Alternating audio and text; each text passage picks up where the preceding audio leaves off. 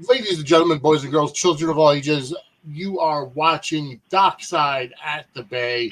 I am Vinny, as always, joined by my awesome co-host Kim. Kim, how you doing? Doing pretty well, Vinny. Doing pretty well. It's been kind of a crazy week, but not as crazy as some of the stuff we saw this most recent episode on the Bay. So I'm relieved about that at least. Yes. Um, yes, you're right. And this episode it was a really good filler episode, just kind of advanced storytelling. Yep. I think what it is, before we even get into the episode, just want to let everybody know that as always, this episode is powered by W Energy. That's DUBBY Energy. Uh, Basically, it's a form of powder that you put in your drinks, like most energy drinks. Although the difference being is this gives you jitterless energy. It's made from the coffee fruit extract, which provides jitterless natural caffeine. And I can tell you honestly, from when I'm at work and on my second half of the day after lunch, I pop some in my water bottle with water, shake it up, and it keeps me going. And tonight, this is the hydro. This is one of the hydro blends. Of course, you're getting the glare, but it is watermelonada, which is watermelon lemonade. The hydration drinks are fantastic, along with the energy drinks, and we can give you a good discount. So go to wdubby.gg and use the promo code Suds Media for 10% off your purchase. Um, and again, that's wdubby.gg.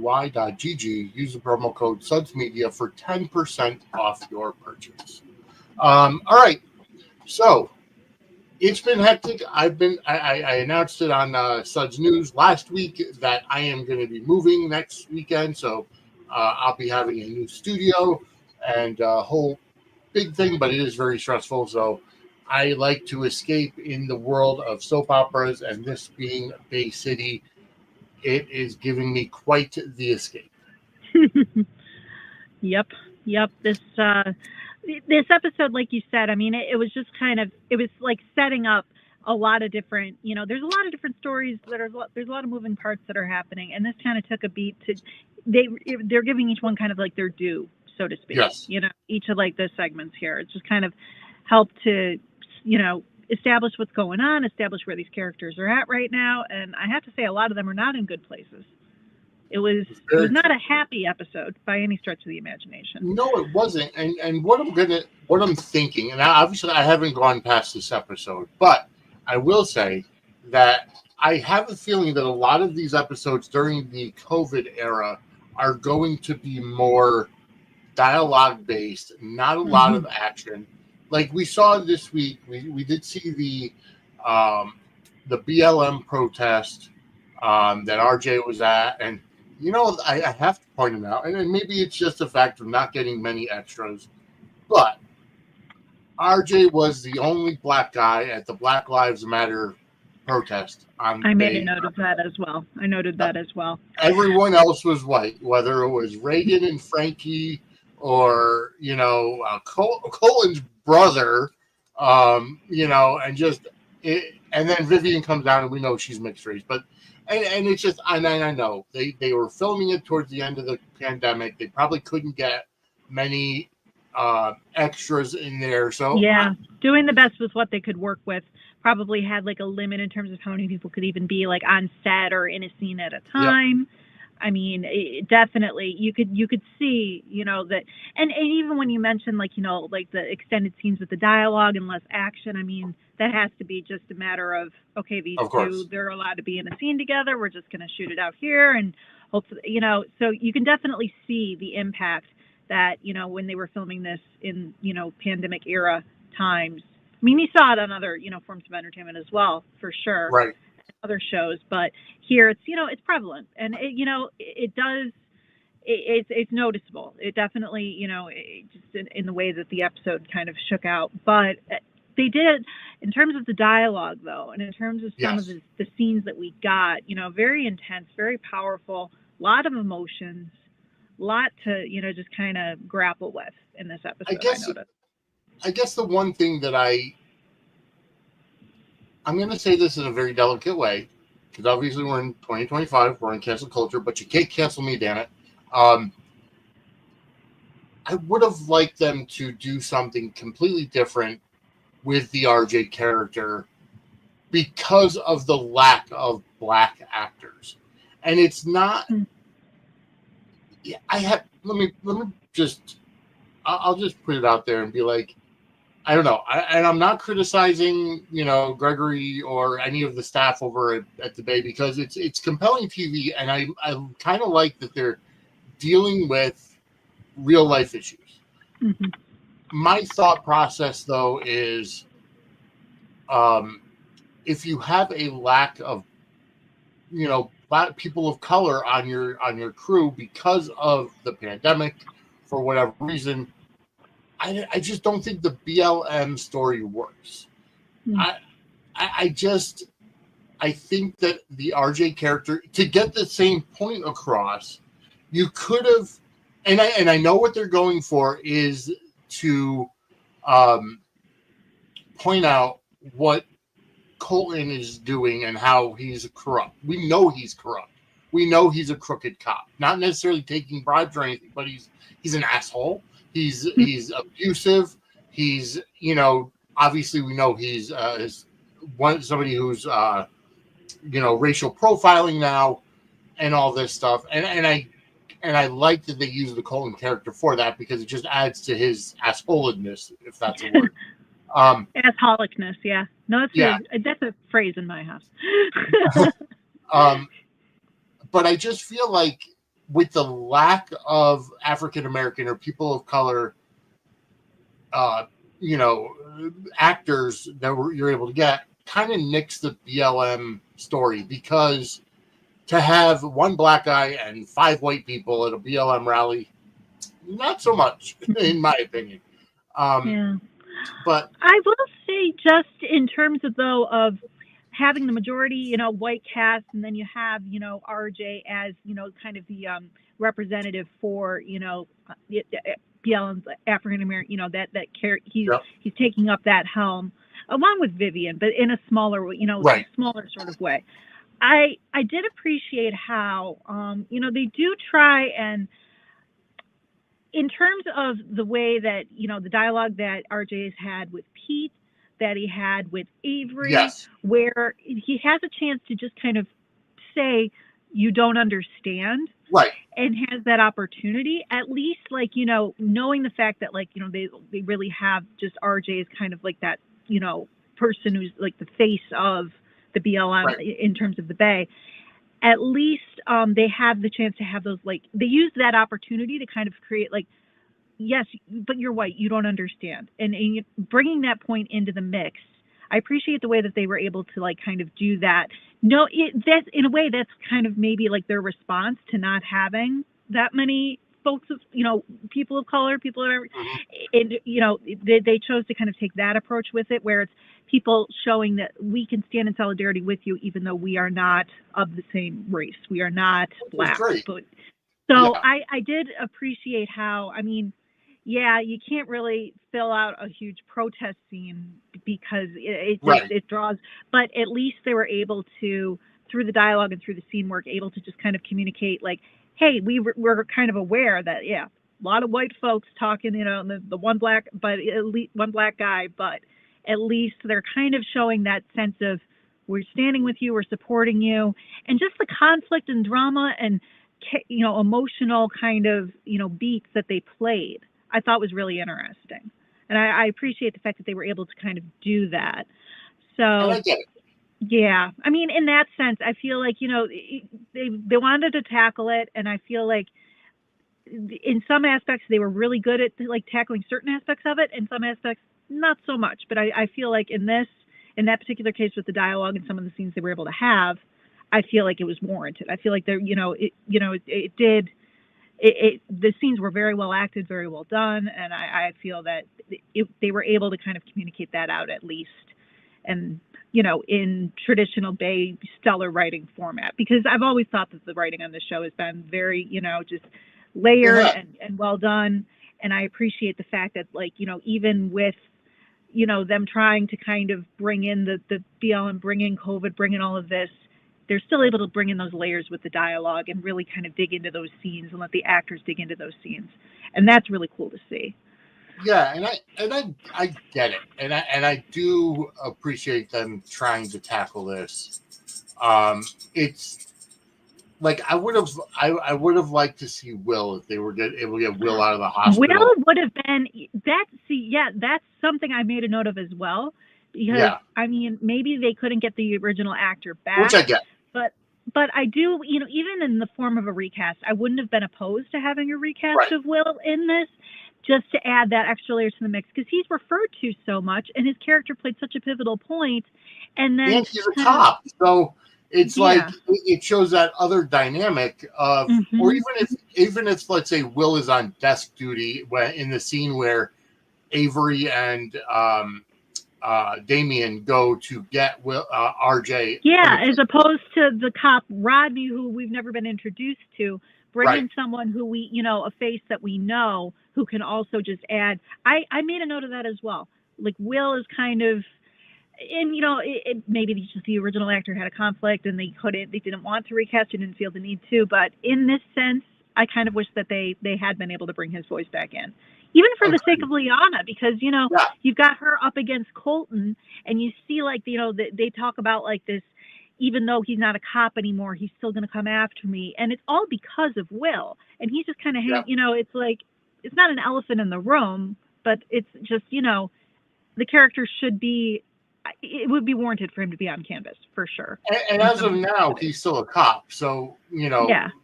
So and just to have that conflict in the police department, Mhm. because I mean it does. The optics are there where you have all. I mean, and again, I'm not criticizing because it was filmed during the COVID era. You could only have limited staff. Mhm. And I'm not making any kind of judgments on anybody. It's television, Yeah. but it paints the narrative that all of the cops in Bay City are, are racist or white or what I mean. Like you have Yeah. like the commissioner, you have Kurosaki, everybody's there. That, and I don't want it to sound like, oh, it's got to be the token black guy or DEI hire or any of that kind of garbage. But, to have Will there as another African American person of Yeah. color. Would have been a very interesting Yes, layer to add. That exactly. it's kind of his absence is kind of noticeable here. I completely agree. And it's something that, like, as you're saying, it just makes me kind of wish that we'd had his kind of presence in this storyline. And for what it's worth too, even with Colton, it's like, he is an established bad guy. We understand this, and he's Yep. been that since the beginning. Like, even when Christopher Sean was playing him, I mean, he still had, like, those tendencies. He wasn't as, because I don't know. It was He tough for me wasn't as seeing Christopher abusive, like he Sean wasn't as play. Yeah, abrasive. it was tough for me seeing Christopher Sean playing like a bad guy. I'm used to seeing him and on Days of Our Lives as Paul, as, like, just this lovable, but he did a great job. But it was very the character wasn't as, and ever since he departed and they brought in the different actors playing him currently, it's almost as if in this storyline they really took an opportunity to just kind of make him take every bad kind of aspect and just Yes. kind of pin it all on him. And I Mhm. almost wish that they'd kind of shared that villain love, so to speak, had someone else that was kind of, maybe like a new partner or something like that, who was kind of, just because I feel like he's almost like a too convenient villain. They're just making him out to be just the scum of the earth right now. And I kind of wish that they if you're going to show that side, maybe, like, kind of have it where, more than one cop was kind of in, like, that targeting sort of mix. It wasn't just, the one bad, like, I don't know, just kind of bring a little balance to it, because they really did just make him just absolute garbage, as opposed to any layers that were there before. I agree with you to a point, but at the same time, it's like I didn't want to have a newer cop villain, because that paints cops in a bad light. You don't want you can show one crooked cop and what have you, and be able to kind of get away with it because the whole force is not bad. Like you have one rotten apple doesn't spoil the entire bushel. Right. And if you have a second villainous cop, then that paints a pretty bad picture. Yeah, I don't know. I just feel like, if he had just, because they really just, they just pin it all on this one character and just kind of doubled down on his being a hardcore villain. I guess maybe they just felt like, I don't know though. I could have just kind of seen it where more of a, his new partner is bringing that out in him or something like that, or bringing something, just maybe a little bit more, but also, too, as I said earlier, with COVID, who knows how many people they could actually bring in, who maybe they couldn't accommodate bringing in extra cast to kind of fill out, this situation. And we're kind of left with what we had. So, here I am saying, bring in another cop to just kind of take some of the, but like I said, they probably could have, with the restrictions in place, who knows what they could have even done.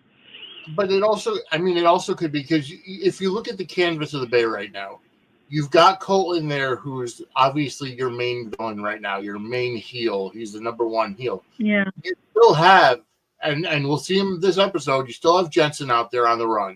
Oh, yeah. I was just kind of limiting it to that.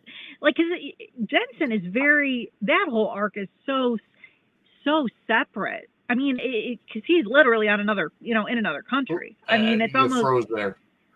Oh, can you hear me now?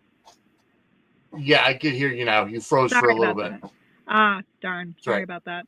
No, I'm just with Jensen. Yeah, of course. Obviously, we still have him in big bad villain mode, but it just he feels so far removed, and it's not just because his character's in another country right now. Right, and it's because he's in a different story. He's kind of the overarching series villain of the Bay. Of course, and now we're introducing the real Adam Kenway into the mix, who's another villain. So you couldn't have, especially the fact that he's a complete twin of Pete. You couldn't have him come in and just be the racist guy. No. Completely different. And with Jensen out of the country, he couldn't be the racist guy either. See, I was just thinking in terms of the exclusive kind, with the police force and everything. It would have been kind of interesting if we had just kind of seen a new partner assigned to him who was kind of drawing out more of this in him or something like that, because they really just took it to all of a sudden now he's racial profiling, all of a sudden now he's targeting, and it's not as if he didn't know the Garretts either. That's the other part of it too. It's with RJ, it would have been more feasible if it had been just an outside cop who we didn't know, who apprehended and went after RJ in the first place because he didn't know the Garrett history. But the fact that this guy kind of does, I don't know, it just felt like it was a little too convenient just to make him the bad apple cop. Could have been convenient, but at the same time, he was dating RJ's cousin in Tamara, and he was an asshole to her. So maybe he has a grudge against him. Oh, that's true too. So there is that kind of that can be listed in as well. And by no means am I giving Colton the benefit of the doubt by saying, oh, it's not racial profiling, it's just Garrett profiling, so to speak. Because you don't definitely, you don't see him going after Avery the same way. You don't see him going after Pete the same way, and so on and so forth. Even with Vivian and the situation with the fall and everything like that she endured. I mean, it's just they definitely it's definitely not Garrett. It's not rich. It's not wealthy. It's racial. Right. It's that profiling is taking place for sure, and that's established. But overall, I do feel that it was the arc itself was able to bring on some very intense scenes, very interesting layered conversations, and we had a lot of I really even Vivian kind of weighing in on the situation. I really appreciated those scenes where she's just kind of, you look at her and she's sitting in bed and she's crying and you're thinking, oh, she's just emotional, she's pregnant. But then they also bring in the BLM stuff, they twine that into with Pete and his conversation with Sarah, when he's concerned about welfare of his child who's going to be mixed race. I mean, in terms of like them being able to kind of flesh that story, bring that story into those aspects as well. I really appreciated that. Like those conversations I thought were great, especially, it was really great seeing Zoe again, and then having Vivian just kind of communicating her feelings and that whole thing. And also finding out too, when Vivian, not to completely switch gears here, but when Vivian says Uncle Harold or Grandpa Harold, I was like, wait a minute, who is that? Who is that? And it took me a second, but then I remembered we were introduced to Zoe's father. That was a long time ago, though. That, it took me back. We were introduced to him back in Bay. It was Bay the beginning, right? Yeah, it was Mac, wasn't it? No, because when she goes and leaves town after the wedding, she she's in a car with, that was Harold, guys alluded to. Grandpa. Yes, you're right. Yes. But it took me a second, and I was like, oh, but wait a minute, we did get introduced to him. And then they mentioned that he passes away from COVID and that whole, but I was like, wait a minute, this relative, who is she talking about? And then it clicked back, and it just shows that they still keep that history in place, which I thought was cool, a nod to history there, and just mentioning the fact that, yes, he was a COVID casualty, but yeah, that kind of, I made a note of that because it surprised me. Yeah, and you just brought up a nod to history. Well, if you want a good nod to history itself, and you're a WWE fan, you can go ahead and utilize our affiliate link to purchase WWE stuff from WWE Shop. So check this out. Ladies and gentlemen, Suds and Squared Circle Media is an official affiliate of WWE Shop. If you want to buy stuff for the new AAA Mega Champion and WWE Intercontinental Champion Dominic Mysterio, or the classic Stone Cold Steve Austin with his Austin 316 merchandise, or merch for Raw is War, SmackDown, or any other WWE show, just go to wrestlingmerch.suds-media.com or scan the QR code for our affiliate link. You can either go to wrestlingmerch.suds-media.com or scan the QR code on the screen, and you'll be taken to WWE Shop using our affiliate link. And anything you buy using our affiliate link, we earn commission. All right. So, yes, a nod to history with Austin 316 or Raw is War. But the Bay itself, Bay City, is gearing up for, with its internal war between Colton and RJ, and who knows who else it might encompass in this story. But we've also got John Blackwell currently on the tails of one Steve Jensen, and we see a double agent in Orchid. Yes. Which I have to say, I've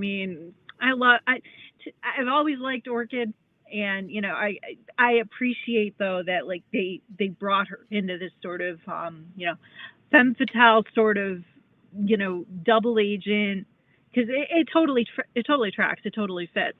But I have to say, I wish that she was a little bit more cagey and she had a little bit more, because it was like, oh, can you handle yourself, girl? Are you okay?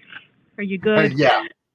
Because it gets a little intense, those scenes in Istanbul, because what I want to know is how they got to Istanbul. And I'm not saying the actors were actually there, although they did film in Europe. It's not a stretch that they filmed in exotic locations. But especially during the pandemic, wondering how Jensen, Orchid, and Blackwell made it to Istanbul. Yeah. Kind of curious. Kind of, that's an interesting. Of course, it's probably by underhanded means and deep cover underground way. Yeah. But either way, they made it, and we see a restaurant scene with Orchid and Jensen having some Turkish food, and I'm Rocky. Sorry, the dialogue with the Reiki or Raki or whatever it was. Eye of the Tiger.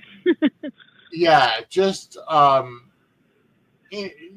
It was funny. It was a good lighthearted moment. I appreciated the Rocky reference was pretty that cracked me up. That cracks me up. And then you've got Steve speaking, and forgive me, I'm not sure exactly which language is being spoken in the scene, but he did a very convincing job speaking to the waiter. It was probably Turkish, honestly. Yeah, if I had to guess.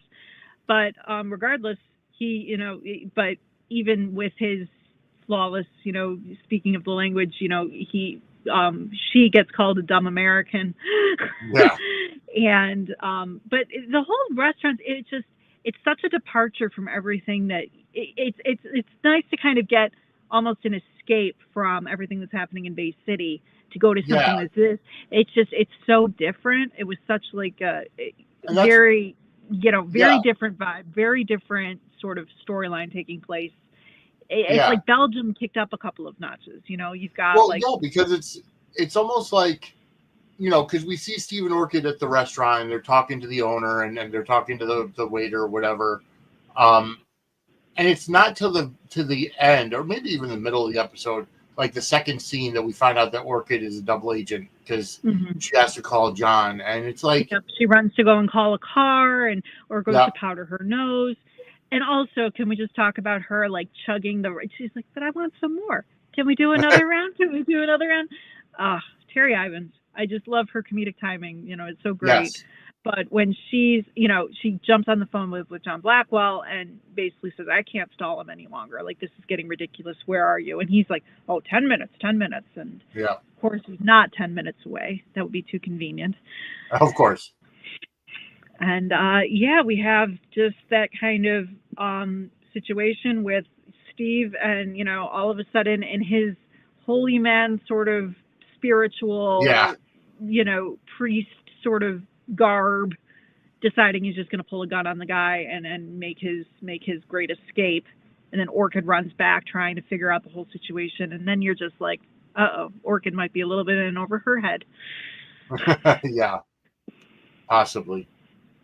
Steve in full-on villain mode. And I just couldn't get over the outfit. He's in his trying to be all Allah phase. Trying to be like a Zen master, trying to be this whole, holier than that, and then just, I'm going to stand here like this, and I'm going to hold a gun on you, and I'm going to make it, escape out the back door. But it's also like, I almost feel like he's disconnected from everything. It's almost like that story. That story could have and I get that he's that main villain. I don't know. It feels out of place. Like a little bit, because you'd think that of anything, because they had Sarah referencing the wineries, like in Provence or something like that. One would have thought that if they were going to put Jensen in any kind of, maybe it would be France. Maybe it would be someplace where, something that just could kind of add, because his being after her money, his, trying to target, you'd think that they would try and twine that in a little bit more with what she had alluded to in terms of and even in terms of what Pete was talking about with the overseas accounts and everything like that. And we know that Jensen's not responsible for that this is, falling in our other villains, camp, other villains territory. But you would have thought with Sarah referencing that maybe there would have, instead they chose Istanbul, which, okay, sure, interesting setting. Just it's kind of surprising, just given the fact that you thought that he'd be more dialed into Sarah's fortune and finding a way to get his hands on it in some other nefarious way. No, absolutely, you're absolutely right. I was just looking at some, but no, it does. It does feel like it's a little out of place in my opinion. Yeah, and why they'd settle there of all places. Unless it's an extradition thing or something like that. It was just kind of a random spot for him to land. I do kind of understand them kind of keeping the story going, but it would almost seem like if they did an episode completely on that story where you see Pete talking to Lex or John saying, because they're throwing tidbits in there where Right. Where Evan says, "Oh yeah, we've got enough to convict, to get him. We just need to get him back." And then you have Pete talking to John, and now you have Steve and Orchid in Istanbul, and John's nowhere to be found because he's in a car trying to get there.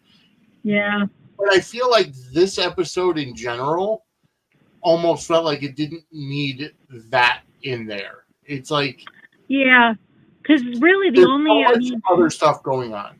And especially because you mentioned, with Evan and the evidence and Tamara and that whole, they almost could have encompassed, just like the whole Jensen situation just in those scenes. You didn't necessarily need to kind of cut over to the Istanbul stuff. You could have just kind of left it where the evidence is still, because those scenes, my goodness, Ninja Tam being found out. Yeah. And that whole situation, I mean, That's actually the title of the episode, is that Ninja Tam wasn't so stealth or something to that effect. Yeah. No, she, and you kind of thought that she had it all together, with the pointing out the cameras and cutting the wire and all of that. But sure enough, you're going to get caught on, candid camera by John Blackwell, because he's John Blackwell. Of course, like, he's going to have, systems in place. And of course that's going to, but you kind of hope that you think that she's, going to get away with it. And then lo and behold, Evan sees it. And kudos to Brandon Beamer too. He played that heartbreak so well. Not that he's such a good actor, but I just really appreciate the material that he gets given on this, as opposed, I don't know. I feel like they underutilized him on Days so much. Yeah. So it's really nice to get him, just seeing him be able to play beats like this, where he is just looking completely just betrayed, enraged, and then he just gets all quiet and he's just like, "Get out. You need to leave. Yeah. Just get out." Just he can't handle it, because he does say, "You betrayed me twice." Yep. Exactly. And it's just it's in a way too. I'm almost like, you almost want to shake Tamara, even though all of her reasoning behind what she's doing. Terrified of Steve, terrified of him not being able to protect her, knowing she hasn't been protected in the past. I mean, there's definitely reason behind why she's done what she's done, but you just want to shake her and just be like, "But Evan was going to take care of you. He was going to protect you. Why did you turn around and do this?" And a lot of that has to do with the Tamara character itself. Is that she's used to being abused and used and harassed, and like she's so used to having to do everything on her own. And we've seen that in her scenes with John, and we've seen that in her scenes even with Steve, where just distrustful, knowing full well that she's going to get burned again if she's not careful, and just only looking out for herself because she knows nobody else can look after her. I mean, it's all there for what she's, it completely makes sense and is completely in character for her to feel that she had to, turn the evidence over, go about it her own way. But it doesn't make it any less just kind of, when he's kicking her out, it's like, where you guys are sheltering in place together. Where is she going to go? Yeah.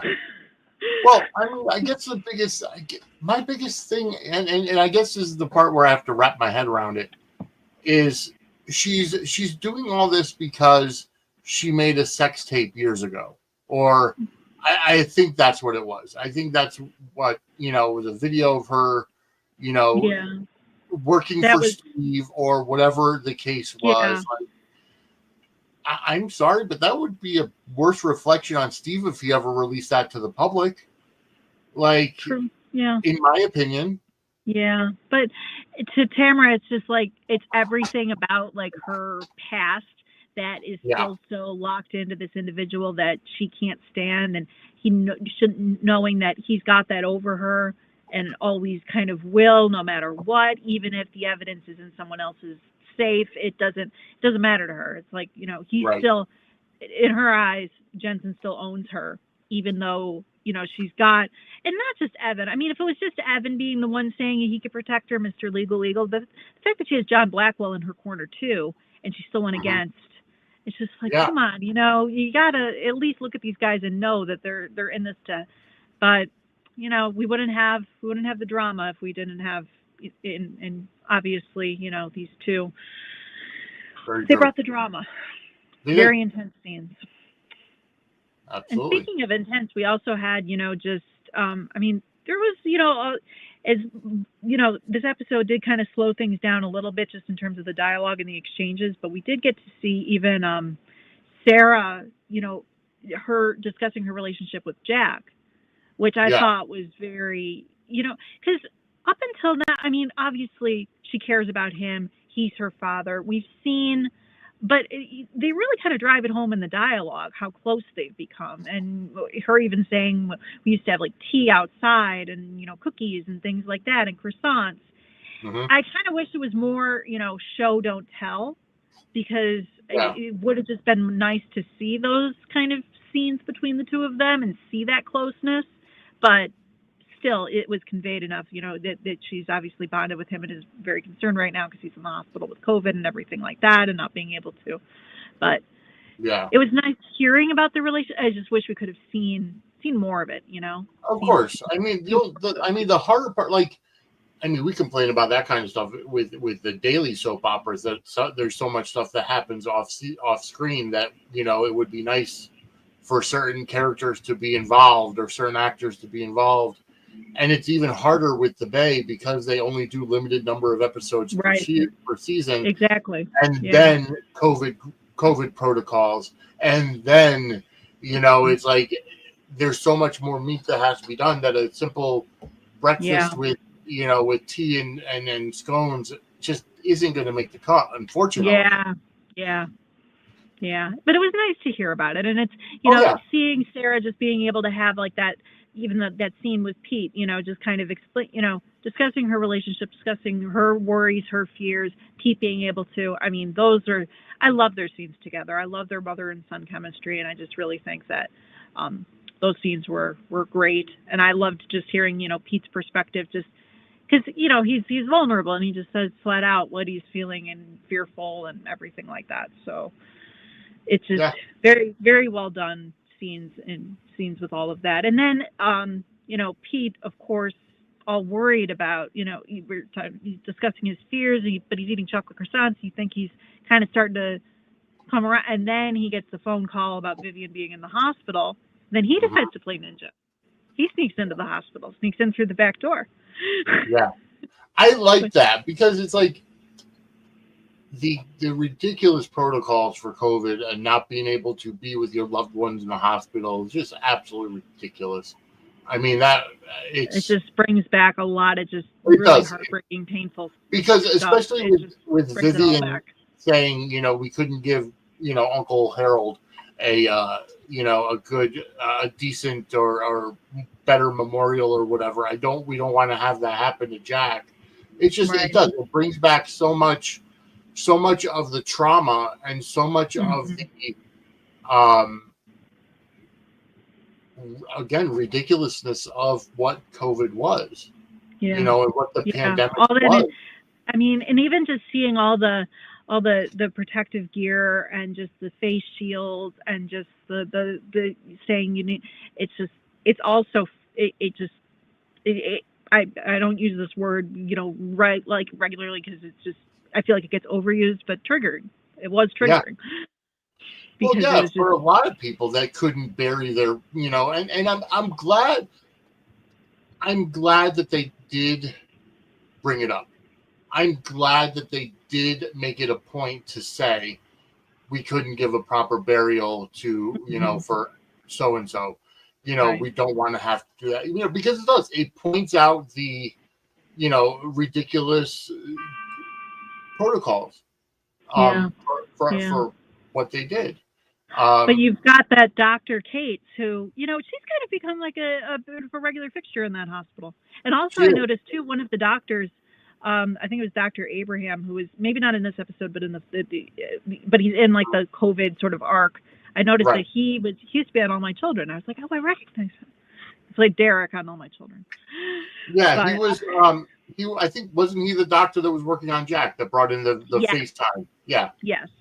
Yeah, I was like, wait a minute. And I believe he had an arc on Days of Our Lives as well, that actor. But I was like, oh, I recognize you.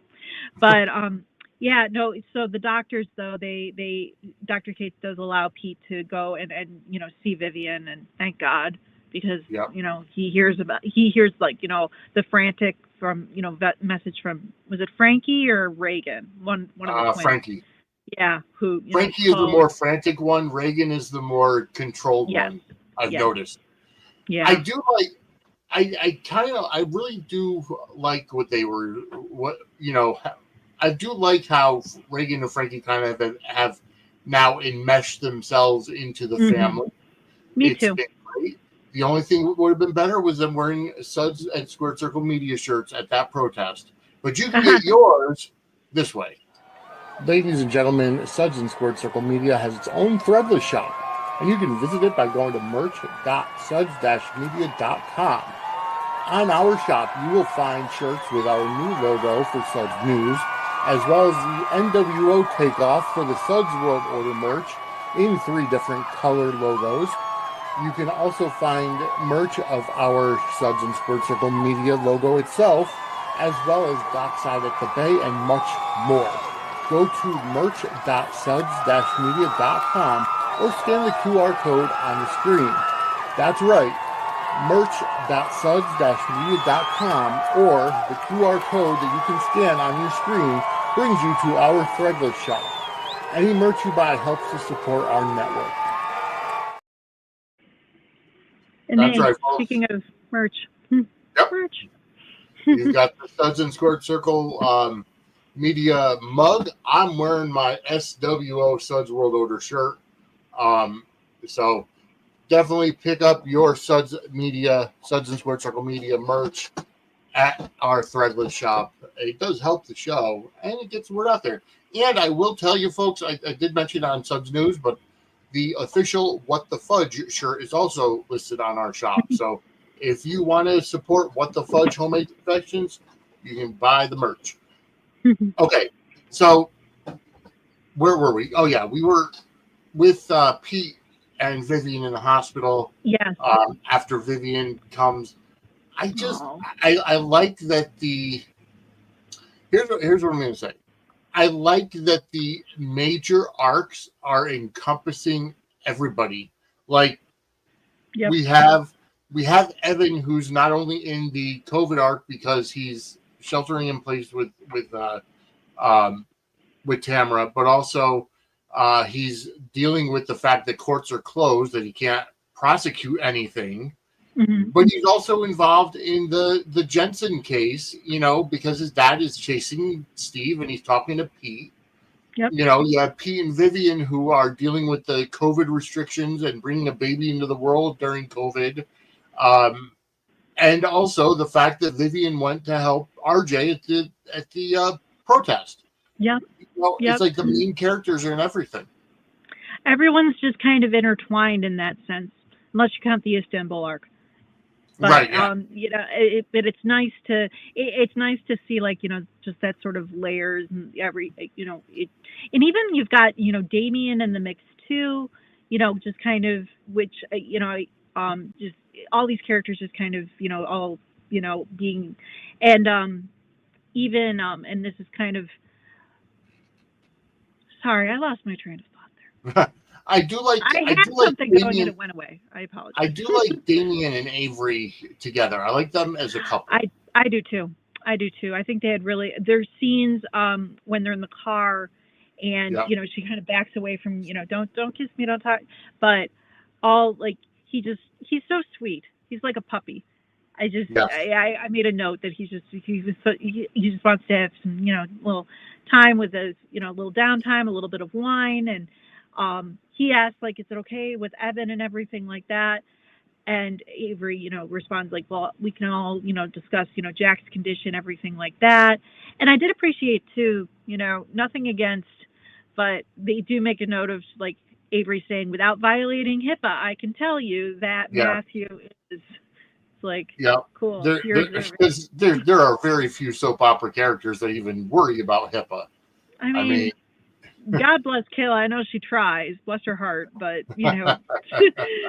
she's kind of turned the other way when it comes to. So I appreciate the Bay just kind of sticking to that and twining in alluding to these characters. Even everything with Matthew, everything with Leon, everything with like all these characters. They're still they just feel very enmeshed together, as you said. Yep. All these storylines, it's like a big umbrella arc, and everyone is just kind of getting like, you know, like, which I guess is one of the strengths of the Bay, having a smaller cast, so they can do these big umbrella stories. And when you're taking it, like they sound on order, ripped from the headlines, you know, with COVID and with Black Lives Matter, and you're putting your main characters in both of these stories. Yep. You know, because you saw Liana at the protest, you saw Zoe being there too, you know, on exactly. Yep. It just, they definitely find ways to just kind of get everyone involved, and everyone kind of, you know, is able to tap in at certain points, and it's just, and I like how Vivian told Pete, like, I'm pregnant, I'm not dead, or I'm not fragile, or I'm not an invalid. Right. But her saying too, you know, I can't have you going crazy. I can't have you in trouble, because at the end of the day, this baby and I do need you. And we need you to not be a hero, and we need you to just be, you know, and even, you know, with Pete, like, holding her belly, and, you know, he even, like, you know, saying they're going to raise the baby the right way, and they're going to make the world a better place together. I mean, that whole it was a lovely scene. It was a touching scene, and I appreciated that's Vivian. where Cody Rhodes got it from. Sorry, when Cody and Brandy Rhodes had their first baby, and this, I want to say, was, actually no, it was the other way around. I think it was like back in 2018, 2019. No, it had to be like 2019 or 2020. When Cody and Brandy had their first child. Now, Cody's white, Brandy's black, so it was a mixed race baby, and they were saying how they're going to end racism because of, you know, having a mixed race baby. So I'm like, okay, so one of the two was a copy. I can't tell based on time whether it was Pete and Vivian or Cody and Brandy. Yeah. But I guess my thing is, for Pete to, you know, could have kind of gone back at Vivian and said, listen, you're pregnant. Why would you risk going out to an event where multiple people are there to get sick with COVID? Like, you should have. He does, and she ends up getting pushed to the ground by a cop. Yep. I mean, he does say, you know, you did put yourself in jeopardy. Doesn't specifically say because you're at a protest because there's COVID. It's kind of implied that it's everything out there that could potentially have caused. But yeah, he does bring that up because, you know, as much as she wants to be there to support RJ, support the movement, and just be there just to show support to her family, and also showing support for, like, you know, people with COVID because of everything that happened with Zoe's father off screen. Just, at the end of the day, it is risky. And, you know, she, you know, but I appreciated how they managed to kind of hash it out, but then still have that resolution at the end, and just, you know, shows that, they love each other. Yes. And they're a lovely little super couple. Oh, absolutely. I would definitely consider Pete and Vivian a super couple. Yeah, they're very pretty together. They're basically the Bay's Luke and Laura. Yes, they are. Yes, they are. You know, they're the, and you know, we've got so many different pairings and everything, but you know, they are definitely. I appreciate so much that they really kind of come to the forefront this season, because prior to when Vivian was off canvas and when, you know, obviously they were still together, but seeing them together on screen, it really just brings out that magic. Yeah. Let's see. We didn't see anything from Daniel and Caleb this week. We didn't. Not in this episode, no. Yeah. No, we didn't. But ultimately, the show, the episode itself was more of just a vehicle to move story. Like I said, I think the stuff in Turkey was a little too removed. Yeah, a little too removed from everything. Like, okay, we see, you know, the BLM protests. We see them at home dealing with COVID. Has Sarah called John to say, hey, your dad's in the hospital fighting for his life with this illness? We never, you know, has that happened? And I have to wonder, I mean, I wonder what the choice was. Why Istanbul of all the locations? I mean, I wonder, like, what made them decide? Chances are it's probably just he wants to live ahead of any kind of law enforcement. Yeah. I'm just I will curious about check the Turkey's setting in extradition general. policy. Yeah, I Extradition suppose. policy.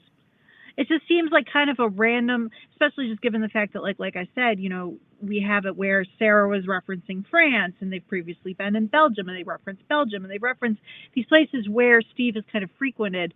Now, granted, maybe it's on purpose. He wants to get as far away from those kind of, locations as possible. It's just kind of an interesting choice, and I wonder why that country in particular was chosen, but who knows? I'm just double checking. Either way, we did get the Rocky puns, which I did appreciate.